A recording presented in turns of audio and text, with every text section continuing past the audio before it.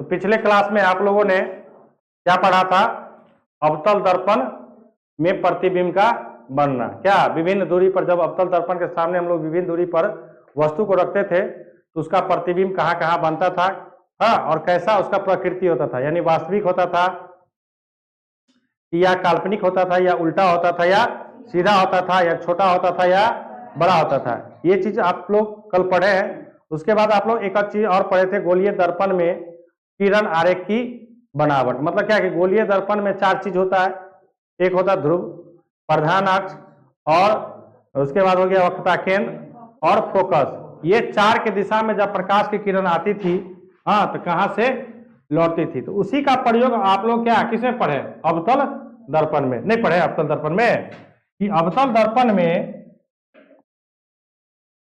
कि विभिन्न दूरी पर जब रखा जाता था तो कई एक बार फोकस के समांतर आता था, दूसरा क्या आता था, क्या कहते हैं, एक प्रकाश केंद्र से गुजारते थे, वक्रता केंद्र से गुजारते थे। वक्रता केंद्र से गुजारते थे, मान के चलिए जैसे ऐसे करके फिगर बनाते थे ना बच्चों, जैसे ये लिए, ये मान के चलिए यहाँ पर मेरा फोकस है, एक मेरा यहाँ क्या है वक्रता। यदि हम इसके वक्रता केंद्र यदि इन दोनों के बीच में इस प्रकार से लेते थे, ये इस तरह से जाता था, ये हो गया क्या समांतर। तो जब कोई प्रकाश की किरण समांतर हो जाए तो कहां से गुजरेगी? तो आपको गोलीय दर्पण वाला याद रहेगा तब ना, कि समांतर होगा तो कहां से गुजारेंगे? फोकस से। दूसरा आप लोग को क्या था कि यदि हम मान के चलिए इस तरह से, कहां से, यदि यहाँ पर प्रकाश, ये यदि वस्तु है तो इससे तो प्रकाश अनेक प्रकार का निकलता है ना, कोई एक ही प्रकाश थोड़ी निकलता है। यदि हम इस सिरा से यदि यहां से प्रकाश गुजारे, अब तो ये कहां से गुजारा, कहां से? वक्रता। तो आपको पता है कि वक्रता केंद्र से गुजरेगा तो उसी पथ पर क्या होगा, लौट जाएगा। ये इस प्रकार से बनता था कि नहीं बनता था? ये तो आपको पता होना चाहिए ना। तो यही 4 को चीज है ना, कि नहीं है? तो 4 चीज वो याद रहेगा तो उसी का उपयोग कहाँ किए? अवतल में भी। आज जो पढ़ने वाले हैं उत्तल दर्पण में, किसमें? उत्तल दर्पण में। तो समझिएगा पहले कि कहता कि उत्तल दर्पण में प्रतिबिंब बना। जिस प्रकार से बच्चों अवतल दर्पण में विभिन्न दूरी पर रख करके क्या किए, हम वस्तु को रख करके उसका प्रतिबिंब हम देखे, उसी तरह क्या अवतल दर्पण में भी देखना है। तो सबसे पहला है कि जब वस्तु कहां पर? उत्तल दर्पण में ध्रुव पर स्थित हो। कहां पर? उत्तल दर्पण में। तो उत्तल दर्पण में समझिएगा, ये इस प्रकार का उत्तल दर्पण है। ये आपका क्या है? फोकस। और ये आपका क्या है? वक्रता केंद्र। और ये आपका क्या बच्चों? प्रधान अक्ष। अब एक चीज बताइए कि जिस प्रकार से अवतल दर्पण था, ये था ना अवतल दर्पण, तो इसमें इधर फोकस था, इधर क्या था? वक्रता। क्योंकि परावर्तक सतह इसका क्या था? इधर से। तो जिधर से परावर्तक सतह होगा उधर से ही वस्तु को रखा जाएगा। पहला तो क्लियर है। तो मान के चलिए इधर से तो रस्थित कर दिया, तो वस्तु तो हम इधर रखेंगे नहीं। कोई ये भी पूछ सकता है कि अच्छा बताओ कि उत्तल दर्पण में इधर ही वस्तु क्यों नहीं रखता, इधर क्यों नहीं रखता है? तो हम उसको बोलेंगे कि सर देखिए, इधर से तो हम रस्थित करके तब ये मेरा क्या है? परावर्तक सतह है। तो हम लोग के पास जिधर परावर्तक सतह रहेगा उधर ना वस्तु को रखेंगे, क्योंकि वहीं से टकराना है। टकरा करके क्या होगा? लौटे। और जिधर रंग दिए, पेंट कर दिए, कलई कर दिए, उधर वस्तु को रखेंगे तो क्या वहां पर उसका प्रतिबिंब बनेगा? नहीं बनेगा। तो ये भी है। लेकिन अवतल में क्या है? सारा क्या इधर है, तो इसलिए इधर वस्तु रखते हैं। तो अब जो यहाँ पर कंडीशन है कि उत्तल दर्पण में कई कंडीशन बनता है। तो उत्तल दर्पण में देखिए, एक तो वस्तु को हम यहाँ पर क्या ध्रुव पर रख सकते हैं, हाँ या ना? और इधर क्या आपका अनंत, तो एक ध्रुव पर रख सकते हैं, दूसरा ध्रुव और अनंत के बीच में रख सकते हैं, या तीसरा कहां पर रखेंगे? अनंत पर रहेंगे। तो इसमें कितना केस? 3 केस। और उसमें अवतल में कितना? 7। क्यों बना 7? क्योंकि उसका जो परावर्तक सतह के बाईं ओर ही क्या था? फोकस भी था और वक्रता केंद्र भी था और अनंत भी था। लेकिन यहां भी क्या है कि ध्रुव के बाईं ओर ही है, लेकिन इसका परावर्तक सतह क्या? परावर्तक सतह के बाईं ओर फोकस और वक्रता केंद्र नहीं है। क्लियर? तो इसमें कितना केस बनेगा? तो पहला केस है, समझिएगा कि कहता कि कब? जब उत्तल दर्पण में कहां पर? ध्रुव पर, यानी क्या यहीं पर आपका क्या है, वस्तु है। तो बच्चों जिस तरह से अवतल दर्पण में होता है ना, उसी तरह से उत्तल दर्पण में, क्योंकि कोई भी दर्पण पर आप रख दिए हैं, ध्रुव का मतलब क्या, उस सतह पर आपने रख दिया, तो रख दिया तो उस प्रतिबिंब हमको दिखाई नहीं दिखाई देगा। हाँ, उसका प्रतिबिंब वस्तु जितना बड़ा है उतना ही बड़ा होगा। तो वही यहाँ पर कह रहा है 2 पॉइंट में आपको। बच्चों केवल आप लोग जो याद करते हैं ना, ये गलत याद करते हैं, याद करने की चीज ही नहीं है, केवल आपको समझना है कि कहां पर वस्तु रखा गया है। ये एक ऐसा है टॉपिक जो इसमें याद करने की जरूरत नहीं है, केवल और केवल फिगर को माइंड में क्या करना है, याद रखना कि कहां पर रखेंगे तो कहां प्रतिबिंब बनेगा। और आप लोग क्या करने लगते हैं, उसको रटने लगते हैं। रटिएगा तो भारी लगेगा, नहीं रटिएगा, समझ करके पढ़िएगा तो 2 मिनट में होगा।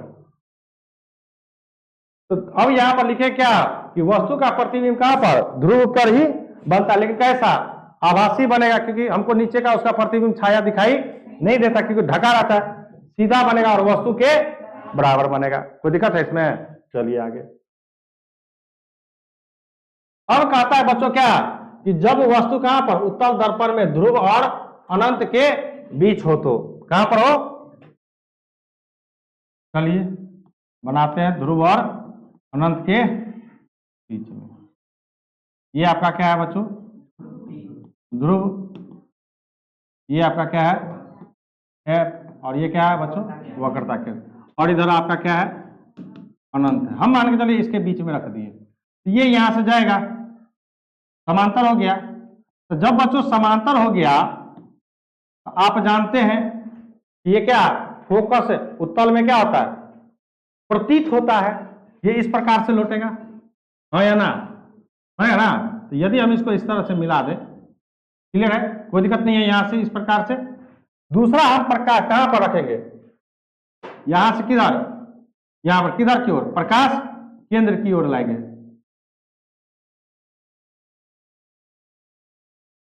ठीक है ना।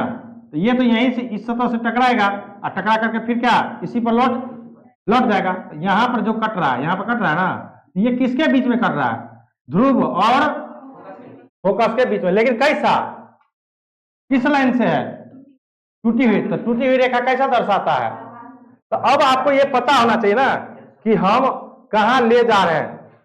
तो कल तो यही किरण आरेख में पढ़े हैं कि कोई भी दर्पण में जब हम वक्रता केंद्र की ओर ले जाते हैं, हाँ, तो उसी पथ पर टकराता है, उसी पथ से लौट जाता है। मुख अक्ष से समांतर हुआ तो क्या होगा, फोकस से होकर गुजरेगी, तो गुजरेगी किस में, अवतल में, और गुजरते हुए प्रतीत होती किस में, उत्तल में। यदि ये चीज हमको किरण आरेख, यदि अवतल और उत्तल का पता नहीं रहेगा तो क्या ये चित्र हम बना पाएंगे। इसलिए कल गोलीय दर्पण में जो किरण आरेख थी 4 गो था, कहां कहां, पहला था कहां पर, पहला था मुख अक्ष के क्या, मुख अक्ष के क्या, ये याद रहना चाहिए। फिर कहा फोकस की दिशा में, है ना, फिर कहा ध्रुव की दिशा में, है ना, और फिर क्या था, वक्रता। तो मुख अक्ष से समांतर होगा तो फोकस से होकर गुजरेगा, या फोकस से आती हुई प्रतीत होगा, फोकस पर आएगा तो मुख अक्ष से समांतर लौटेगा परावर्तन होने के बाद। और जब ध्रुव पर आएगा तो यहां पर कौन सा, प्रकाश का कौन सा, प्रकाश के परावर्तन का नियम लगेगा, हाँ या ना। अब वक्रता केंद्र पर तो उसी पथ पर आएगा, उसी पथ पर। यदि ये चीज हमको याद नहीं रहेगा तो बच्चों हम ये फिगर बना नहीं सकते हैं, क्लियर है। तो उसी में 2 पॉइंट और आपका बना है क्या, देखिए कहता है कि वस्तु का प्रतिबिंब दर्पण के पीछे, कहां पर, ध्रुव और, दर्पण के पीछे बना है ना, दर्पण के सामने थोड़ी बना है। सामने का मतलब क्या कि वस्तु इधर रखे तो प्रतिबिंब भी इधर ही बनना चाहिए, ऐसा है। दर्पण के क्या बन रहा है, पीछे, ये ए डैश और ये क्या बन गया, बी डैश। तो ए भी आपको क्या है, वस्तु है, ए डैश बी डैश क्या आपका, ये क्या आपका प्रतिबिंब है। तो देख लीजिए कैसा प्रतिबिंब किधर, दर्पण के पीछे बनता है, कहां पर, ध्रुव और क्या, फोकस के बीच में। कैसा बनता है, तो वस्तु का प्रतिबिंब आभासी बनता है, क्योंकि डॉटेड लाइन से बना है, आभासी और सीधा बना है, ठीक है ना। वस्तु भी मुख अक्ष के ऊपर, प्रतिबिंब भी क्या है, मुख अक्ष के ऊपर बना है, सीधा, तथा वस्तु की अपेक्षा क्या, छोटा बनता है। तो छोटा बना के देखिए तो वस्तु इतना बड़ा है ना, और प्रतिबिंब इतना ही बड़ा है ना, छोटा है कि नहीं है, क्लियर है, कोई दिक्कत नहीं है, ठीक है ना, कोई दिक्कत नहीं ना है। चलिए आगे। अब है बच्चों, ध्यान रखिएगा कि तीसरा जो बनता है कि जब वस्तु क्या हो, उत्तल दर्पण में क्या हो, अनंत पर हो, क्या हो, अनंत पर, तब उसमें एक पॉइंट आपको केवल ध्यान रखना है कि वस्तु का प्रतिबिंब कहां पर बनेगा, फोकस पर बनेगा, कहां पर बनेगा, फोकस पर। और वस्तु का प्रतिबिंब कैसा बनेगा, आभासी, सीधा तथा वस्तु की अपेक्षा क्या काफी छोटा, क्योंकि अनंत है। इसका फिगर आप लोगों को नहीं पढ़ना है, केवल ये पॉइंट क्या करना है, याद रखना है कि जब वस्तु उत्तल दर्पण में कहां पर हो, अनंत पर हो, तो उसका प्रतिबिंब कहां पर बनेगा, फोकस पर बनेगा। हाँ, और दूसरा कि इसका जो प्रतिबिंब कहां मतलब कैसा बनेगा, आभासी, सीधा और वस्तु की अपेक्षा क्या, काफी छोटा। यहां से भी निष्कर्ष निकला, निष्कर्ष ये निकला, मान के चलिए ये उत्तल दर्पण है, समझिएगा, ये मान के चलिए क्या है, उत्तल दर्पण है ना, तो ये जब आप यहां पर ध्रुव पर है तो वस्तु का क्या, ध्रुव पर ही बना, वस्तु के बराबर बना, ध्यान दीजिएगा। जब इधर गए तो प्रतिबिंब क्या हो गया, छोटा बना, आभासी बना। हाँ, और फिर और अनंत पर गए तो और प्रतिबिंब छोटा बना और क्या, आभासी। मतलब क्या कि उत्तल दर्पण में प्रतिबिंब हमेशा कैसा बनता है, आभासी बनता है, कैसा बनता है, तीनों केस में। लेकिन अवतल में क्या था, आभासी भी बनता था और वास्तविक भी बनता था। दोनों में अंतर समझ गए, पहला ये दोनों का अंतर हो गया। कोई पूछ सकता है कि अवतल और उत्तल दर्पण में क्या अंतर है, तो ये भी हम उसको अंतर समझा सकते हैं।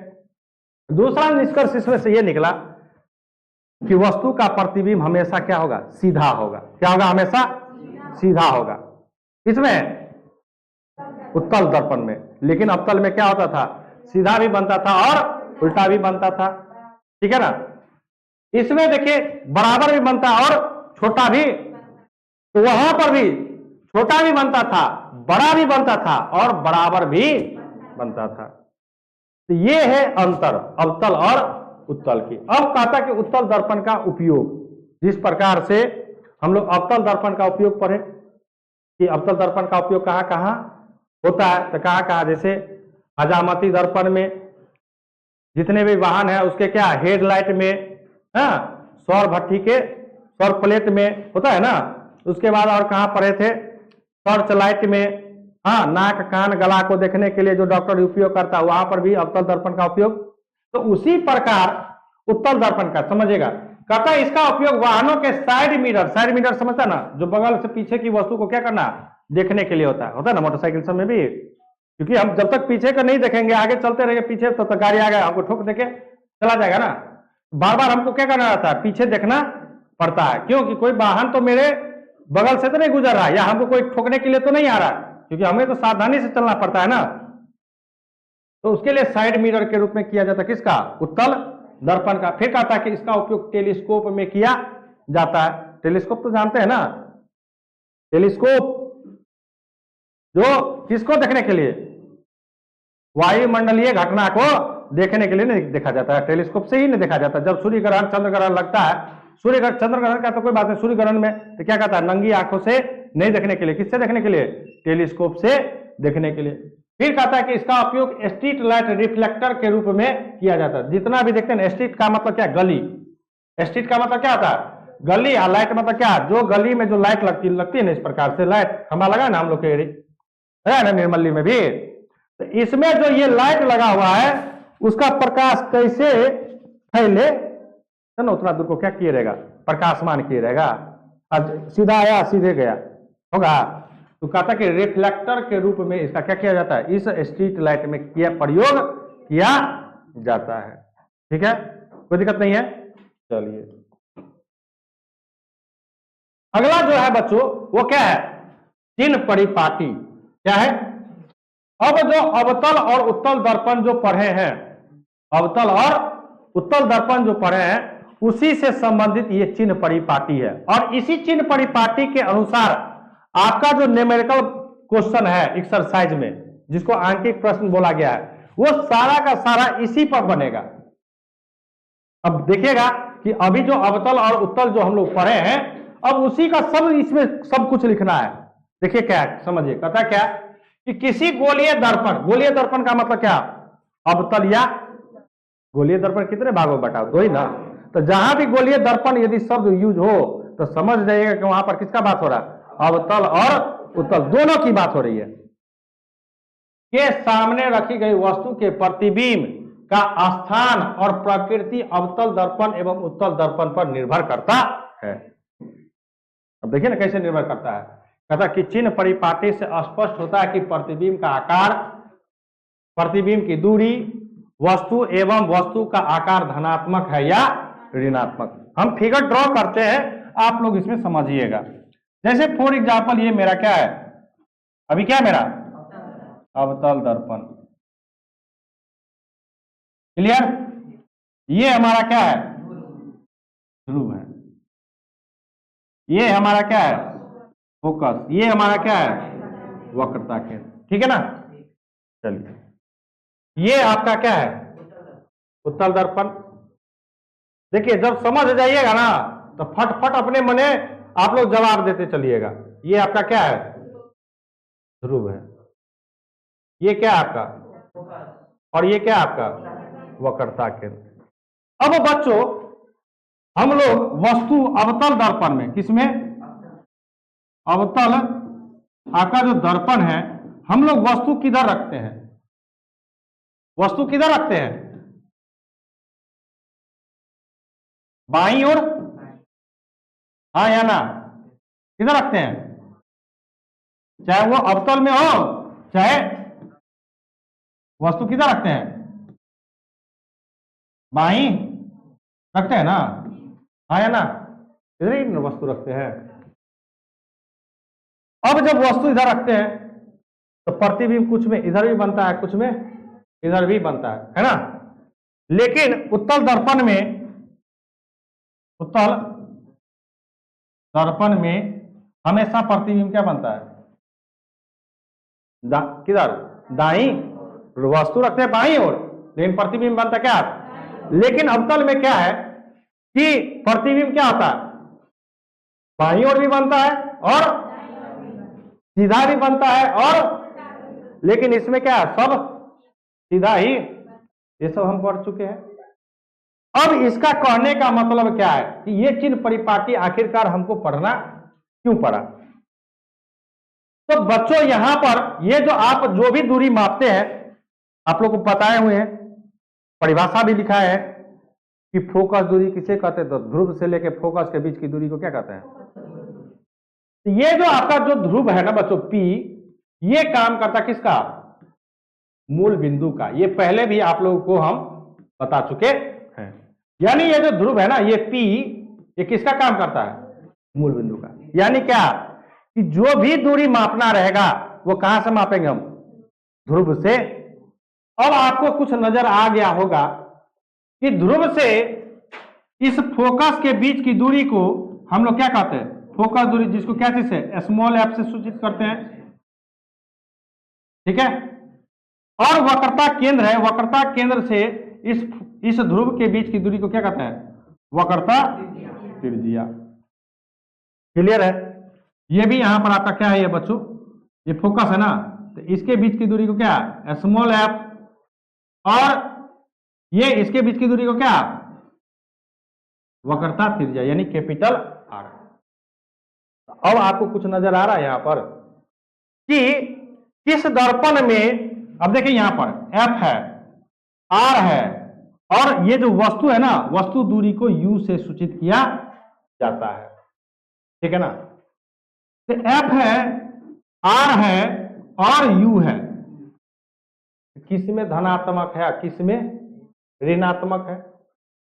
तो मूल बिंदु के जो बाईं ओर होता है, मूल बिंदु के बाईं ओर, आप लोग को 9th में पढ़ाए भी हैं कि जब ग्राफ पढ़ा रहे थे, हाँ, या निर्देशांक ज्यामिति आप लोग को जब पढ़ाए थे, हाँ, तो वहां पर चतुर्थांश बनाए थे, और चतुर्थांश में हम लोग मूल बिंदु लेते हैं। तो मूल बिंदु के बाईं ओर जो भी होती है वो सारा का सारा क्या होता है, ऋणात्मक। अब मूल बिंदु से जो दाईं ओर होता है वो सारा का सारा क्या, धनात्मक। और जो मूल बिंदु से जो ऊपर होता है वो क्या, सारा का सारा धनात्मक। और मूल बिंदु से जो नीचे होता है वो सारा का सारा क्या होता है, ऋणात्मक। क्लियर है? यानी यदि यहां से यदि हम फिगर ड्रॉ किया जाए, समझिएगा, तो इस प्रकार से फिगर बनेगा। हाँ या ना? क्लियर? ये आपका बन गया क्या? यानी ध्रुव। ये क्या है आपका? ध्रुव, यानी क्या? P। ठीक है? तो ये जो लिखेंगे इधर क्या? ध्रुव के क्या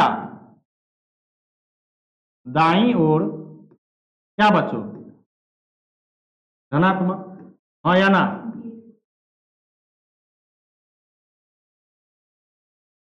ध्रुव के बाईं ओर क्या?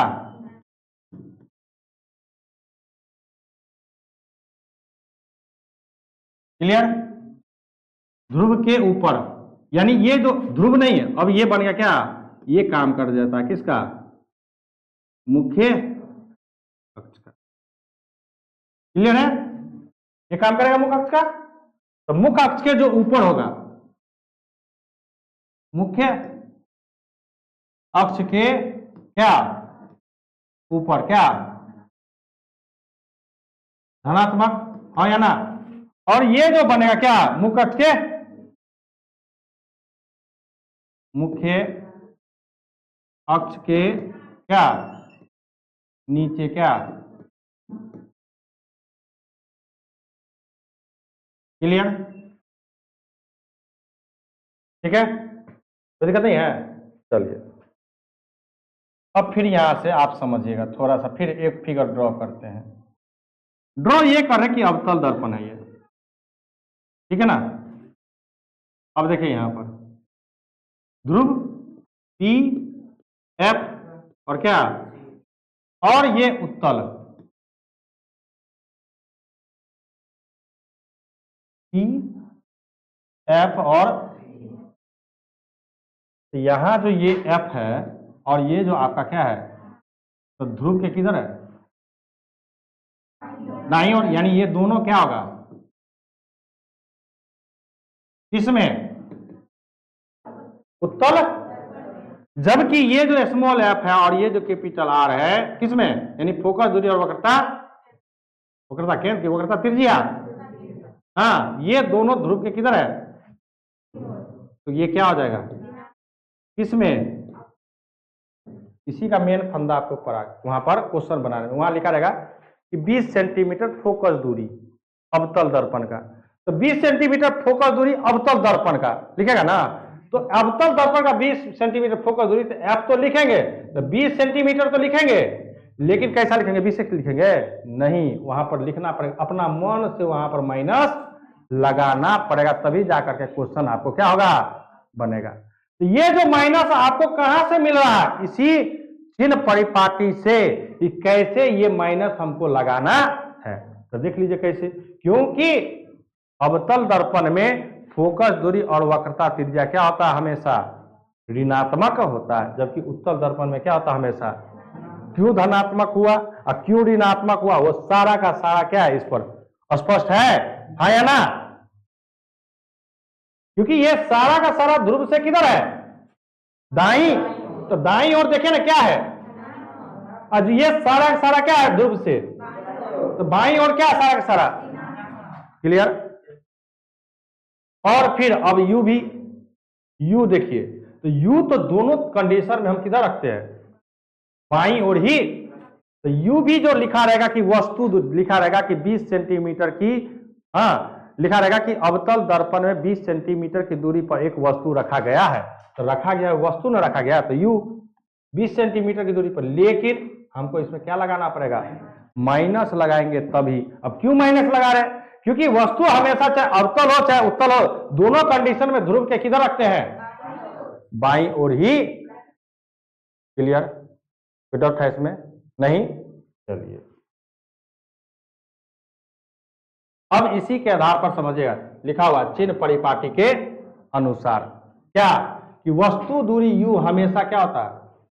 देख लिए क्यों ऋणात्मक हुआ? क्योंकि सारा का सभी कर, चाहे अवतल हो चाहे उत्तल हो, दोनों में वस्तु किधर रहता है? ध्रुव के। ठीक है? अब देखिए उत्तल दर्पण में फोकस दूरी f एवं वक्रता त्रिज्या r क्या होता है? क्यों? क्योंकि अभी जस्ट बताए ना कि ये उत्तल है ना, तो हमारा ये इधर f रहता है और इधर c रहता है, यानी ये फोकस और ये वक्रता। तो ध्रुव के किधर? दाईं ओर। तो ध्रुव के दाईं ओर क्या हो गया? धनात्मक। जबकि अवतल में फोकस दूरी, अवतल में, इसमें अवतल में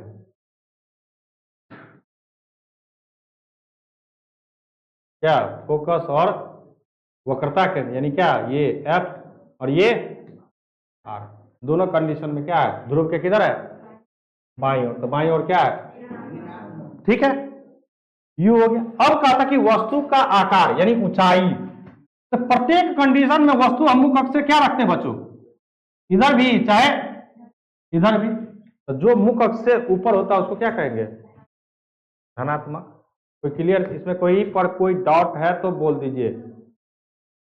है जो हमने अवतल और उत्तल, आप लोगों ने जो अवतल और उत्तल दर्पण में पढ़ा, जिस जिस कंडीशन पर वस्तु रखा उसका प्रतिबिंब कैसा आया, उसी के आधार पर ये चिन्ह परिपाटी का क्या किया गया है? निर्माण किया।